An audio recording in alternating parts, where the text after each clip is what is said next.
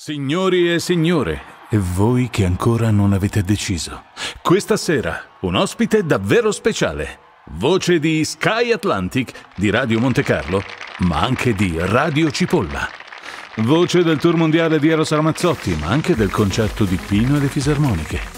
Il Santo Padre l'ha scelto come voce ufficiale dei suoi pensieri. Lui che non riesce a farsi servire in negozio perché credono sia uno spot, invece vorrebbe solo fare la spesa. Dante, se l'avesse sentito, avrebbe scritto il girone dei dannatamente bravi. Questa sera Lenny ci racconta lo strepitoso multimicrofono Thousand Sphere, il microfono reale che sa essere multivirtuale. Ma se non ce l'avete una voce così, che ve ne fate? Sì, sono invidioso. Ma gli voglio bene, quindi ecco a voi. Allora possiamo cominciare. 3. Ladies and gentlemen, Ivano Thousand Labs Sphere Pelizzoni. Yes, everybody. Paolo Balestri. Benvenuto. Allora, ma glielo diciamo? Che cosa gli dobbiamo dire? Che questa cosa è la terza volta che la facciamo. Sì, infatti, no, perché allora una volta non c'era non funzionava, che ne so io, la connessione. Poi un'altra volta è successo che non riuscivamo a capire bene come fare in modo che anche tu che stai guardando questo video sentissi esattamente i cambi di microfoni, i passaggi e le raffinatezze che può operare questo fantastico software, e alla fine oggi la stiamo rifacendo per la terza volta. Esatto, però questa volta dovrebbe andare a buon fine, diciamo. Sì, perché io ti sto registrando su Logic, tu sei su Reaper e poi siamo registrando collegati con Source Connect, e quindi c'è la tua versione, la versione di Source Connect, la versione di Logic, la versione di Reaper e più quella dei servizi segreti che ci stanno tenendo sotto controllo. Partiamo dal momento topico. Ok. Cioè, spengo la luce. Ah, giusto, sì, è vero. Allora, questa è bellissima. Aspetta. Spengo la luce e ti faccio vedere i ledini del microfono Townsend. Il microfono Townsend ha i LED, come il mio microfono cinese da 25 euro. Bravissimo. Infatti, come già ti dicevo, prima che arrivasse pensavo che fosse un po' una ciofecata, e invece no, non è così tamarra come cosa, capito? E si accende quando... Sì, no, il suo perché non è una roba troppo tamarra, diciamo. Ah, bello, non cambiano colore, vero? No, non c'è neanche la possibilità di spegnerle, o meglio, si spengono quando tu stacchi la 48. Se vuoi avere il microfono senza i LED spenti, devi smontare la parte dove c'è praticamente il Canon qua sotto e togliere praticamente un ponticello che gli permette di rimanere acceso o spento. Nelle istruzioni del microfono sul sito c'è una guida che ti fa vedere come farlo. Se ti danno noia puoi fare questa cosa. Un'operazione speciale per poterlo disattivare. Una di quelle che piace fare a te, che tu smonti, sì, monti tutto. Ok, fantastico. Prendo un microfono da 1.400 euro, lo apro, lo smonto, così tanto. No, vabbè, ma dovrebbe essere accessibile subito, cioè, perché è una cosa prevista da loro, sì. Capito? No, vabbè, è un'opzione. Dunque, questo microfono, in realtà sono due microfoni condensati in uno, più 30, quanti? 34 o 36 microfoni? 36 se non ricordo male, 36 sì. Microfoni che possono essere combinati tra loro in diverse modalità, vale a dire che ci sono una serie di software, i principali sono quelli offerti nel bundle, che naturalmente puoi scaricare, fanno parte, che ti puoi comprare anche separatamente, ho visto. Però quando prendi il microfono chiaramente ce li hai. E un bundle ce l'hai, che sì. È questo qui che tu hai aperto sullo schermo. Sì, in questo momento. È questo dove tu vedi praticamente, tramite questo selettore, puoi vedere i vari microfoni. Qui abbiamo i condensatori, qui abbiamo quelli che loro chiamano hybrid, e alla fine abbiamo il custom. Il custom è sostanzialmente il microfono nudo e crudo, sì. Lui, che tra l'altro suona molto bene. Cioè, direi che il vantaggio di prendere questo microfono, oltre ad avere le emulazioni di tanti altri microfoni che costerebbero un'oscenità, perché ci sono microfoni che costano 15.000 euro, tipo il C800, no, 15 forse un po' tanto, forse 10-12.000 euro, comunque è una discreta cifra. Di grandi microfoni. Ecco. Diciamo che se te lo metti nel tuo armamentario di microfoni, comunque hai un microfono in più. Cioè, come dire, a me piace molto l'U87 e il mio secondo microfono preferito è lo Spirit di Aston. In questo caso, comunque hai uno Sphere che è un microfono a sé, oltre alle emulazioni. E lo Sphere è molto molto bello. Dopo adesso te lo faccio sentire. In questo momento tu sei su un 47, mi sembra.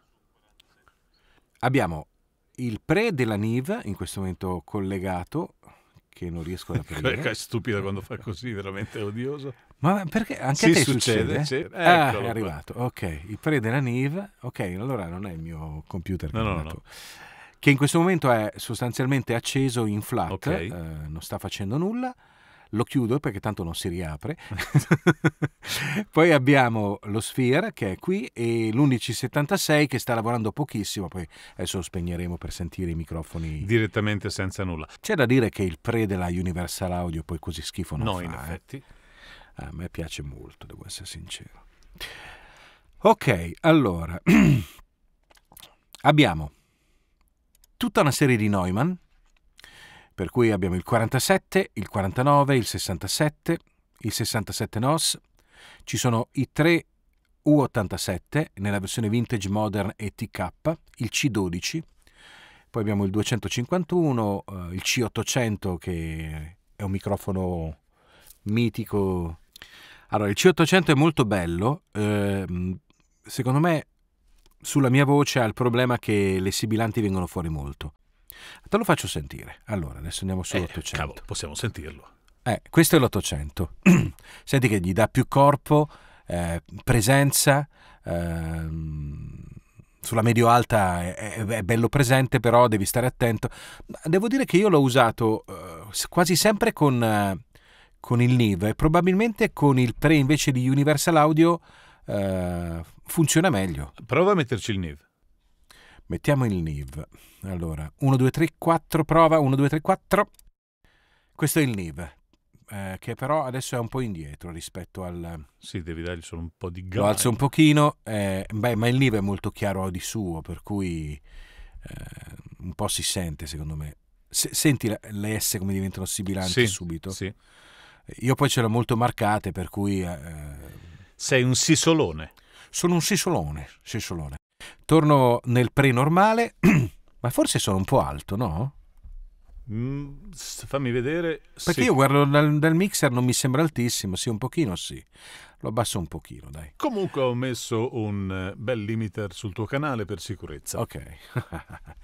Quindi C800. Se andiamo sul 47 dovresti sentire subito che diventa più scuro, che è un 47, insomma, buona sostanza, sente. Capito? Come se passi dal 47 all'87 Modern, invece ti arriva tutto più in faccia e tutto più chiaro. Lo senti? Sono chiaramente definite le differenze, sì. Sì, si sentono molto. Ti faccio sentire il 49, molto bello, ad esempio. Anche il 49. Allora, io quelli che sto utilizzando maggiormente in questo momento sono il 47, il 49 e poi tanto sto usando lo Sphere. Lo Sphere così com'è. In che versione? Perché c'è in 3 versioni, se non sbaglio. Sì, lo Sphere c'è in 3 versioni. C'è una versione linear, una diffuse e una direct. La direct è quella che ti dà più presenza.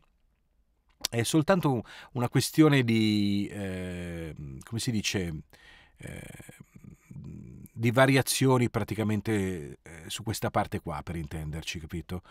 Cioè sulla sua zona di ascolto, sul suo pattern. Esatto. Sul pattern, non mi veniva pattern.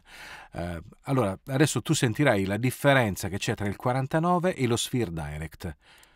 Questo è lo Sphere Direct. Senti com'è bello, presente, corposo. A me piace tantissimo lui da solo.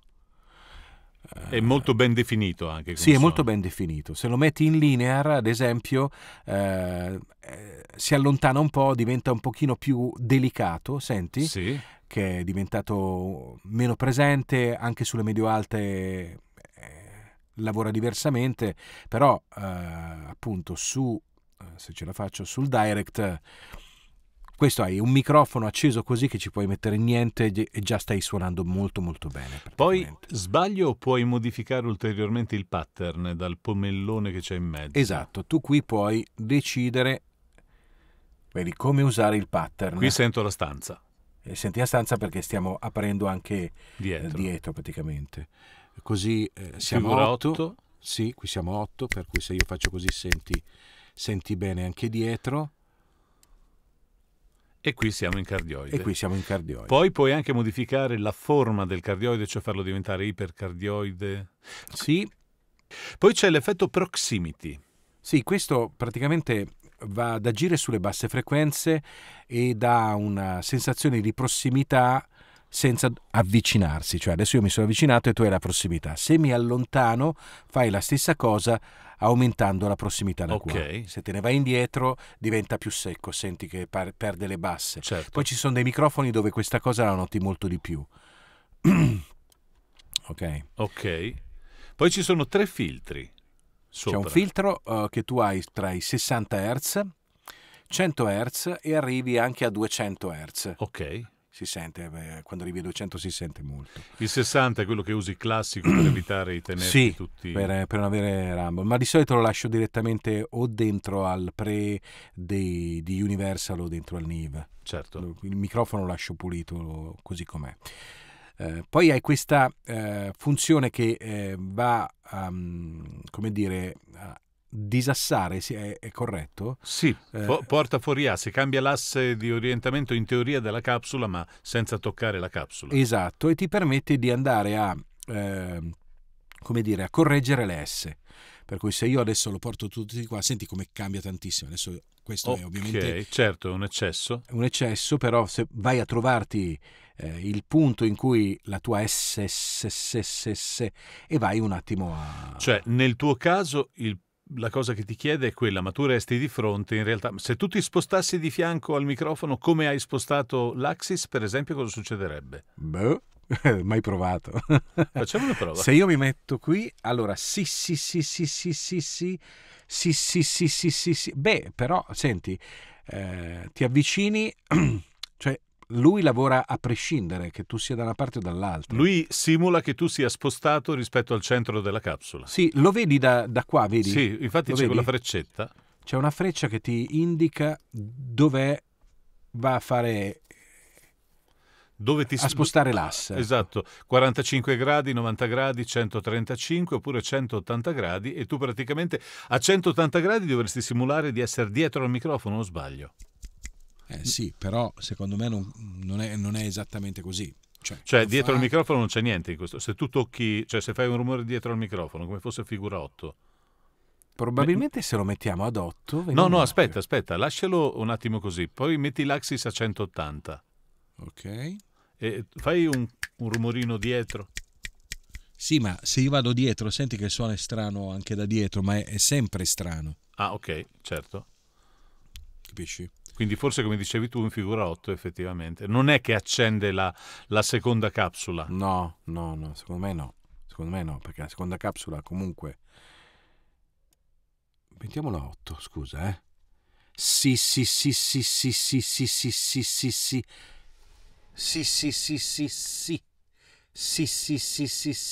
Non cambia niente in questo caso. Comunque sì, si sente che cambia rispetto alla capsula, di conseguenza raccoglie le frequenze della voce in modo differente. Di logica deve farlo sulla capsula davanti, se no non ha molto senso che tu lo possa erano esperimenti spippolare da lì, capito? Allora, sopra ti dà anche tutte le info dei microfoni, quindi tu sai più o meno che microfoni ci sono. Qui ti racconta la storia dei vari microfoni. Sul 47 apro info e qui mi racconta la storia del 47, che ve la leggete e ve la traducete voi, grazie. Altra funzione interessante che ti permette di avere un numero illimitato di microfoni è quello di poter miscelare le caratteristiche di 2 microfoni contemporaneamente. Ok, qui stiamo ancora parlando del plugin che si chiama Sphere, non il 180, perché il 180 ha funzioni aggiuntive. Questo rimane sempre comunque con una capsula attiva, che è quella davanti, Sì, e a questa puoi aggiungere altri microfoni. esatto. Se io vado in questa posizione, vedi? In questo momento io ho praticamente qui il 47 e qui un SM7. Ovviamente se io vado da questa parte il suono cambia perché ti dà il suono dell'SM7. Ma tu puoi miscelare i 2 suoni, per cui avere un 50% di 47 con un 50% di SM7, oppure, che ne so, più SM7 e meno U47, o viceversa, più U47 e un po' di SM7. Potrebbe essere interessante, dici, ma mi piacerebbe avere il 47 con la freschezza del C12. E allora a questo punto, siccome il C12 che è più chiaro solitamente, te lo porti un po' più avanti e ti mantieni comunque le caratteristiche del 47. Praticamente hai la possibilità infinita di fare più suoni. Utilizzando l'altra versione, questa cosa so che l'hai studiata bene tu, per cui spiegala tu. Utilizzando l'altra versione del software, che è praticamente identico ma si chiama Sphere 180. 180, sì. Okay. La versione Sphere 180 consente di unire 2 microfoni, ma in realtà il microfono diventano 2 microfoni, cioè se tu lo girassi di traverso, lavorando di fianco, di fatto, tu avresti una registrazione stereofonica. Anche in questo caso avresti la possibilità di scegliere tutti i microfoni indipendentemente per il canale destro e sinistro, cambiare l'axis. In questo caso ti può servire molto perché se stai riprendendo per esempio uno strumento, un pianoforte, una chitarra, ti ci metti in mezzo e hai da una parte un axis particolare perché hai le corde, dall'altra perché hai la cassa della chitarra per esempio, oppure ci metti il cantante da una parte e il chitarrista dall'altra e fai una ripresa monofonica però con tutti e 2. Oppure possono essere 2 speaker, per cui se hai una voce maschile e una voce possono femminile, essere 2 speaker. puoi decidere di avere un microfono con caratteristiche migliori per una voce maschile e dall'altra parte della capsula invece avere un microfono più per adatto caratteristiche femminili. a una voce femminile, esatto. Esatto. Sia che si tratti di una intervista, quindi con tipo stile radio col microfono in mezzo, che piuttosto una performance artistica con 2 cantanti che si guardano in faccia mentre fanno un duetto e hanno ognuno il proprio microfono adatto alle proprie possibilità. Un microfono particolarmente indicato, secondo me, per un musicista non può non avere un microfono di questo genere, però ti servono 2 canali perché tu sei connesso in stereofonia, quindi hai 2, dal microfono esce un cavetto che poi si sdoppia. Sì, esatto. Devi mettere la traccia in stereo e a quel punto puoi attivare il plugin, che sia lo 180 oppure lo Sphere normale. Lo Sphere Infatti normale, se tu guardi qua sulla Universal Audio tu vedi che l'analog 1 e 2 sono linkati. No, allora c'è da dire una cosa, che è vero, non è un microfono regalato, voglio dire, nel senso, oggi come oggi che puoi comprare un ottimo Aston a 300 euro, te ne compri 5 praticamente col costo di uno Sphere. Però è vero che tu hai, oltre allo Sphere, che quindi è un microfono in più, hai la possibilità di fare queste emulazioni, e quindi il risparmio ce l'hai, nel senso che se volevi prenderti un altro Neumann eviti di spendere i soldi per un Neumann, anzi io in realtà ho venduto un 103 e altra roba e ho comprato questo. Il 103 lo usavo pochissimo, lo tenevo come backup, ma poi quando è uscito Aston il mio backup è diventato Aston, quindi adesso in questo caso il backup è l'U87 perché ce l'hai nel cassetto. Praticamente sì. Ecco, la cosa interessante è proprio questa. A me capita spessissimo di provare, no, microfoni nuovi. Ho preso il Worm 47, avevo preso altri microfoni, li provo, mi piacciono 2-3 giorni, una settimana, poi stacco e riprendo il mio 87. Questo ce l'ho su da ormai più di un mese e non sento l'esigenza di andare a riprendermi l'U87. È qua davanti a me, però è lì nella scatola. L'U87 nella scatola di Thousand Labs, lì, Fra l'altro costa anche meno di un U87, ma te ne dà un totale. Rispetto all'U87, tu hai sicuramente con quel microfono fatto dei cosiddetti pick-up, cioè piccole No, non li ho correzioni. fatti. Allora, in realtà non li ho fatti. Non li faccio perché la mia paura è che poi dopo lascio sotto l'U87. Perché Ah, ok. secondo me, adesso non so se cambia da microfono a microfono. Il mio U87 ha un suono che a me piace, che quando lo collego mi ci ritrovo. È un po' quella sensazione di tornare a casa, no? Provo un microfono, provo un altro, poi attacco quello e dico, ah, però, eccolo, è lui, no? Non so spiegare questa cosa perché è veramente strana. La mia paura è che se lo riattacco probabilmente mi rendo conto che l'U87 qua non è emulato esattamente come dovrebbe. Però siccome ci sono tanti altri microfoni che mi piacciono, sto continuando ad usarlo. Perché suona bene poi alla Perché fine. suona bene, sì, ma poi ecco, la goduria, diciamo, di a seconda di quello che stai per fare, decidere che microfono usare. Questa è tanta roba. Questa è un po' come quella volta che cioè, questo è come quando mi dicevi, ma tirati un altro cavo in cabina così provi altri microfoni. Alla fine un altro cavo in cabina ho dovuto tirarlo perché questo va con 2 cavi, ok? E Però comunque hai ancora 2 canali liberi, eh? sì, no, ok, d'accordo. Però al di là di quello, come si dice, la comodità di non dover attaccare, staccare e avere lì tutti i microfoni è impagabile. Certo, è impagabile. Questa roba qua è impagabile. Ad esempio io ho sentito lo spot di Ramazzotti e quello l'hai fatto con il Thousand. Sì, non mi ricordo col 47. Giupi invece su cosa l'ha fatto? Non lo so, mi arrivava da Roma. Considera che comunque lì è stato trattato ancora tutto bello pesantemente, ecco. Per cui... Sì, quindi tu hai registrato con un microfono, poi non lo riconosci alla fine. No, perché poi, cioè, tra il reverbero e una cosa e l'altra e il desser, cioè, diciamo che, ok, partiamo ad avere una buona ripresa, ma poi su certe lavorazioni quello poi era molto un promo ad effetto, per cui molta compressione, molta musica, per cui vuol dire che devi andare a riequalizzare per tirare in avanti le voci, perché sennò affogano nella musica, capito? So solo che ho usato il 47 perché è quello che sto usando un po' di più. Allora, diciamo che il 47 mi dà un'idea di professionalità. Devo fare un lavoro con uno studio importante, devo fare un lavoro importante, attacco il 47, mi dà una sensazione di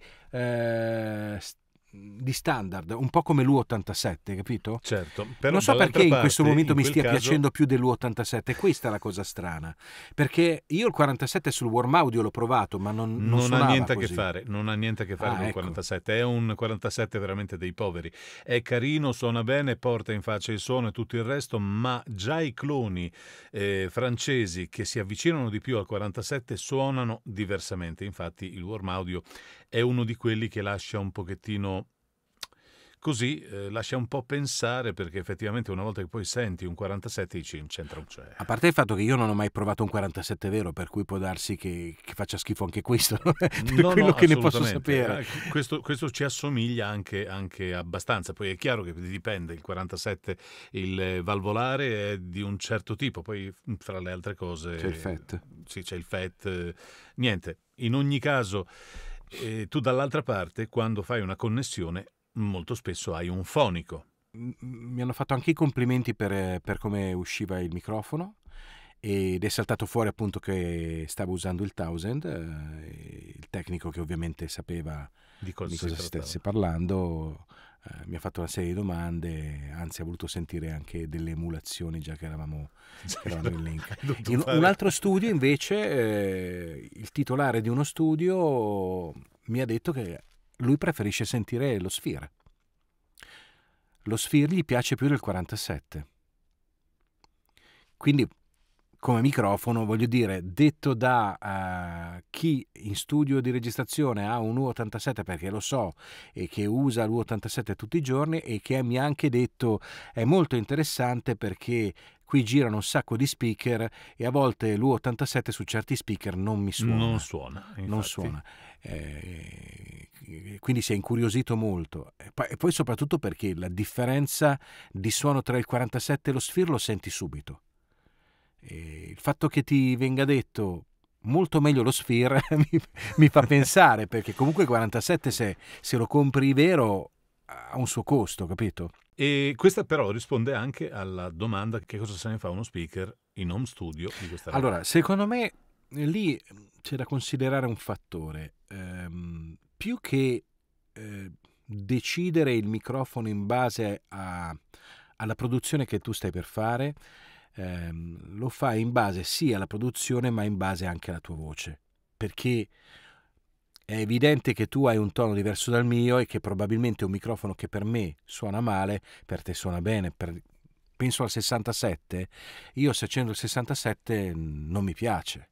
Probabilmente sulla tua voce ha un altro risultato. Ho fatto una comparativa capito? tra il 67, che questa qui la versione è la TLM perché non ho un 67 vero, ma quello è uno di quei microfoni che non può andare bene a tutti. Infatti molte delle persone che mi hanno scritto hanno detto: mi piace il 67 sul video, ma quando l'ho provato da me non suonava. Per cui se compri questo microfono, secondo me devi farti un giro e capire quali sono quelli adatti alla tua voce, e poi in base a quello decidere su che produzione andarlo a utilizzare. Però è anche fighissimo perché quando hai una produzione a questo punto dici: su questa produzione quale microfono potrebbe andare bene? E anziché sfogliare uno scaffale pieno di microfoni impolverati, tu clicchi e te lo vai a cercare. Però se questo avesse un po' di quell'altro microfono potrei anche miscelarli insieme. Esatto. E questo era quello che piaceva tantissimo a Fra, il grande Francesco. Esatto. Ciao Francesco, come stai? Ecco, parlami dell'Axino, ad esempio. L'Axino l'abbiamo visto in un video. L'Axino è una cosa completamente diversa perché in realtà, adesso lo metto qui davanti in modo che si veda, anche l'Axino ha delle emulazioni, ma sono esclusivamente queste emulazioni. Cioè io posso passare dall'Axino che ha il suono suo ed è quello che secondo me suona meglio di tutte le emulazioni. Forse assieme l'87 non mi piace tantissimo come suona qui sopra, un po' probabilmente, no, questo è il 67, sì, quindi prendiamo l'87, non so se lo senti, tende a fischiettare molto, molto aperto sulle frequenze alte. Poi ci sono altri microfoni molto aperti come il Vienna Allora, 12. anche questo mi sembra aperto rispetto all'originale, però non so dirti se è perché un po' mi sono abituato al suono del 47 e quindi quando passo all'87 lo noto di più, perché se io adesso passo dal 47 all'87, la versione moderna, lo senti subito, che senti com'è sulle medio-alte più presente. È comunque molto bello, cioè... E dall'87 passo al 47, per esempio il FET, che è questo è il 47, il classico 47 FET, come quello che stavi usando tu. Da te si chiama LD47, da qui si chiama Berlin 47 FET, ma alla fine anche questo un po' più medioso ma più caldo. Il Tokyo 800T, eccolo qui, questo è il Tokyo 800T emulato qua dentro nell'Axino, una riequalizzazione. Poi non so come lavori in termini... Sarebbe il C800 questo? Sì, esatto, il C800 della Sony. Da te invece come suona? Riprendilo un attimo. Da me C800 suona... Però io non ti sto... Io ti sto ascoltando adesso da... Ah no, noi siamo su SUSConnect, ti sto ascoltando da SUSConnect. Sì. Ok, aspetta. Allora, questo è l'87, passiamo al C800. Io sento una presenza diversa rispetto a quella che mi arriva da te. Lo senti più caldo il C800?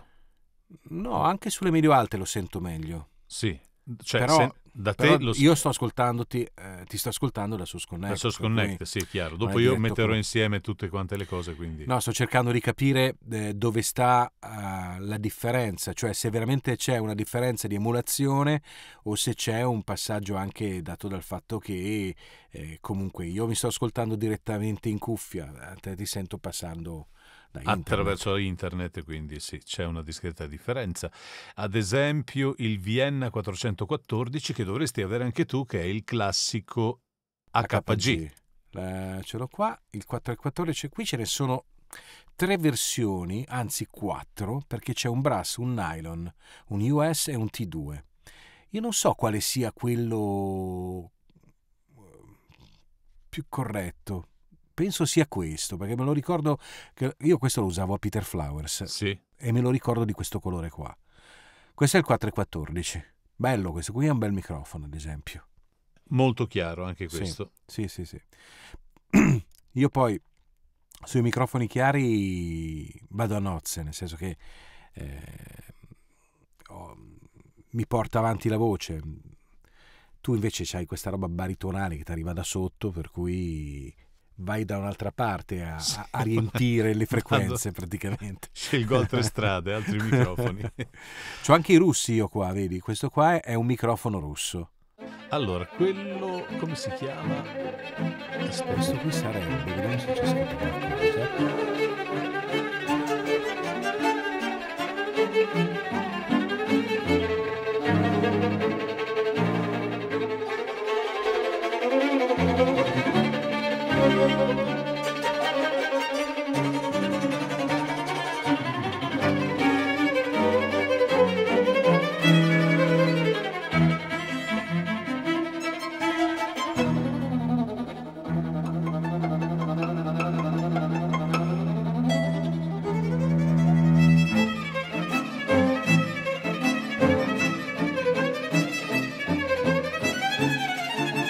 capsula stile K67.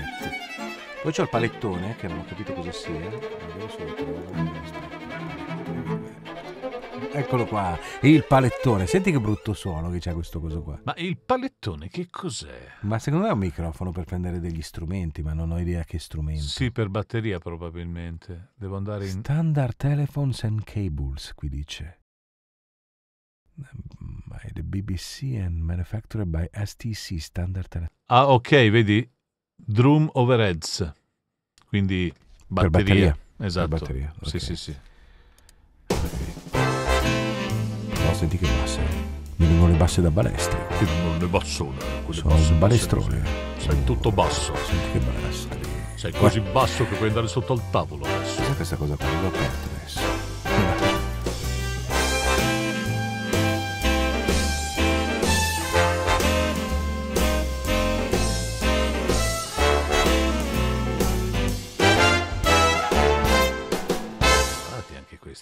Questi qua sono tutti microfoni da radio antichi.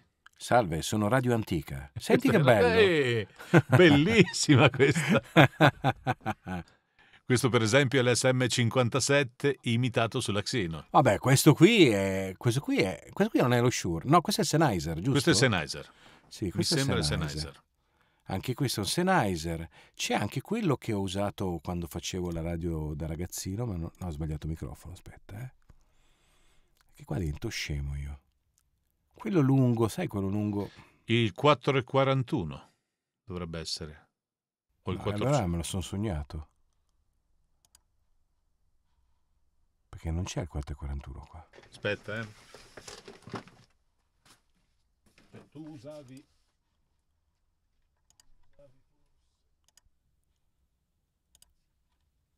Questo è molto bello. Vediamo se allora, questo qui è molto American style. Questo qua è molto American style. Questo è molto bello. Bello. Ah sì, beh, quello sì è il classico. Quello lo usavo in radio anch'io. Now, ladies and gentlemen. Questo. Esatto. Questo è il 441, giusto? Questo è il 441, sì, esatto. No, non c'è. Eppure mi sembrava di averlo visto. Tra l'altro, questo qua con un cloud lifter suona, ma è una bestia di microfono. Pensa che questo microfono ha come minimo 35 anni. Questo qui che ho. Me lo fai sentire un giorno con il cloud lifter? Sì. Perché io me lo ricordo un brutto microfono.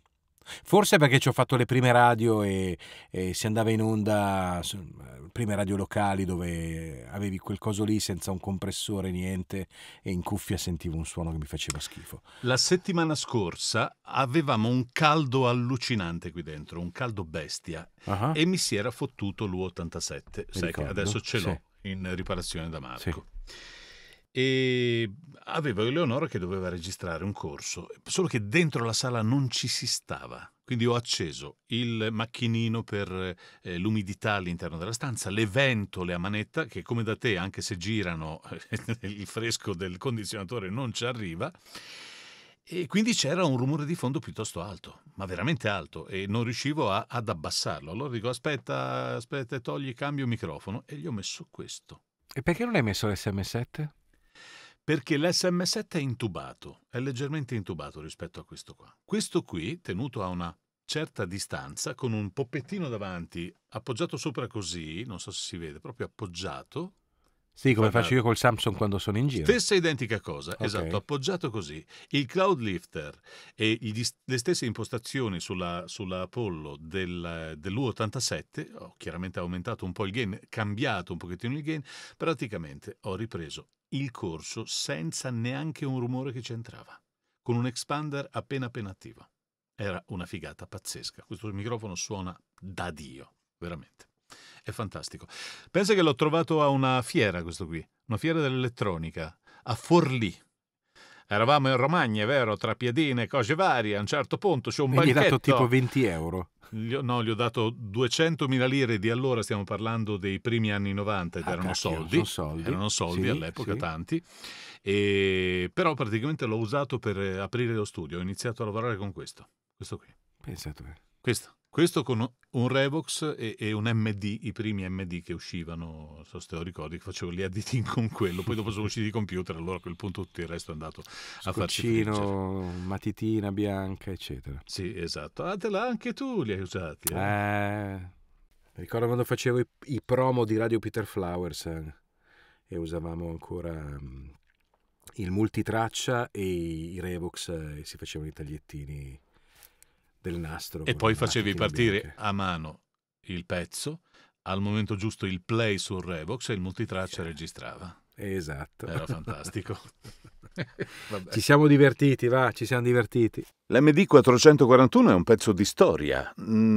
Questo microfono ha suonato dal 1971 in avanti senza interruzioni. Se ne trovi uno ed è ancora funzionante, accattateville, perché è uno dei microfoni che sono stati più utilizzati in, credo, tutta la storia almeno della nostra comunicazione televisiva e radiofonica. Le radio ce l'avevano quasi tutte, cioè chi voleva avere un buon microfono prendeva questo. Poi chiaramente poteva accaderti negli anni 70-80 di ritrovartelo in questa posizione, per esempio, eccola qui, questa è la più sottile, che serve proprio per fare in modo che la voce esca senza la presenza di tantissimi bassi che vanno a gonfiare il suono, che in radio non avevano alcun senso, soprattutto perché le radio all'epoca non avevano compressori, limiter, non avevano troppe attrezzature. Ma tenuto per esempio al massimo della sua presenza sui bassi diventa così, ma sono anche troppi, perché io scendo di una tacca, già che ne ho io non hanno importanza, vanno solo a gonfiare il suono, però come vedi è un microfono che ha una totale, assoluta, bella presenza e non è intubato come l'SM7B, per esempio, che rischia di diventare un po' più tubo nel suo suono, pur avendo un suono fantastico. Questo è un pezzo di storia. Questo è un microfono, si chiamava il rasoio. Ti ci puoi fare la barba? No, non è il caso. Ivano, è stato un piacere, come non so sempre. come ringraziarti, sei Ma figurati. Il numero uno e ti ringrazio tantissimo. Dopo mandami il file che hai registrato su Reaper, così sì, anche la fattura. E anche la fattura, Okay. tanto non te la pago. No, mandami, sembrava che mi stessi chiedendo la fattura. e basta, ce l'abbiamo fatta, siamo riusciti a non fare le 3. Rimango sempre in attesa del tuo... come si dice, della comparativa tra l'SM7 e l'Axino. Sì, l'SM7 che ce l'ho qui, ce l'ho sempre qui. E io devo prendere questi due microfoni, portarli in una stanza, proprio in una cameretta, dove ci sono quegli ambienti tipici di, non so, albergo, cose di questo genere.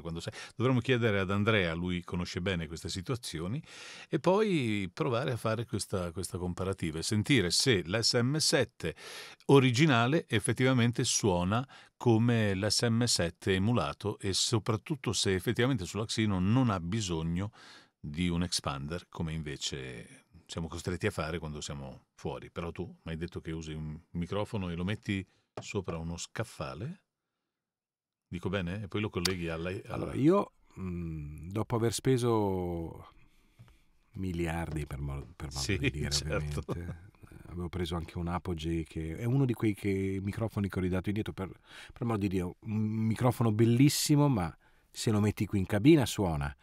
Se sei in esterna perché hai un'emergenza, o vai in macchina o non registri. Sì. E invece con il Samsung, che non mi ricordo modello, 70 qualcosa. CU2 o una roba del genere, sì. Ah no, 70 è il costo, 70 euro di Samsung. 70. Scusami, hai ragione tu. Ce l'ho qui, vuoi che te lo vada a prendere? Beh, se vuoi farlo vedere, visto che ne stiamo raccontando, è un microfono che costa veramente una stupidata. Lo colleghi USB a un iPhone, a un iPad o a un computer. Sì, ha un po' di rumore di fondo, però una volta che ci metti sotto una base, un po' di musica, eccetera, il rumore di fondo lo vai a nascondere. Mettendo il Para-P come hai fatto tu sul Sennheiser, eviti le plosive e fa delle registrazioni decenti. Io sono andato avanti a raccontare del Samsung mentre tu sei andato a prenderlo. Questo.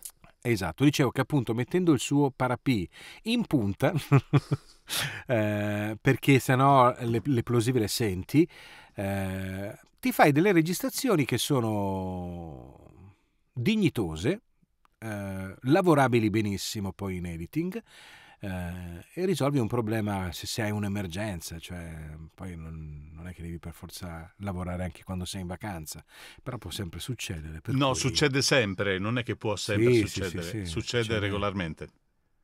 Succede regolarmente. Tu sei in vacanza e qualcosa si ferma e quindi hai tutto il backup su cloud. Guarda, venerdì sono andato via per il weekend in Toscana. Ho detto vabbè, venerdì, poi lunedì rientro. Avevo avvisato tutti i miei clienti, quelli con i quali mi sento più frequentemente, che ci sarei stato per il weekend. Ho detto non porto via niente, cosa mi porto via? Un microfono, tanto sabato e domenica nessuno lavora, lunedì torno indietro. Eppure venerdì ho dovuto prendere l'iPhone perché questi avevano un'urgenza. Ti prego, registramelo dall'iPhone. Per cui succede sempre. Se mi fossi portato quel microfono lì avrei registrato in maniera almeno decente. Però comunque... l'iPhone guarda che registra bene. Sì, no, ma non dico di no, ma hai il problema sempre della stanza. Non avevo la possibilità di registrare in un'altra situazione in quel momento lì, per cui ok, 2 cuscini nell'armadio, però per quanto... È un classico. Sì. È un classico. Grazie mille Ivano, buonanotte. Buonanotte, ciao. Ciao, un bacio.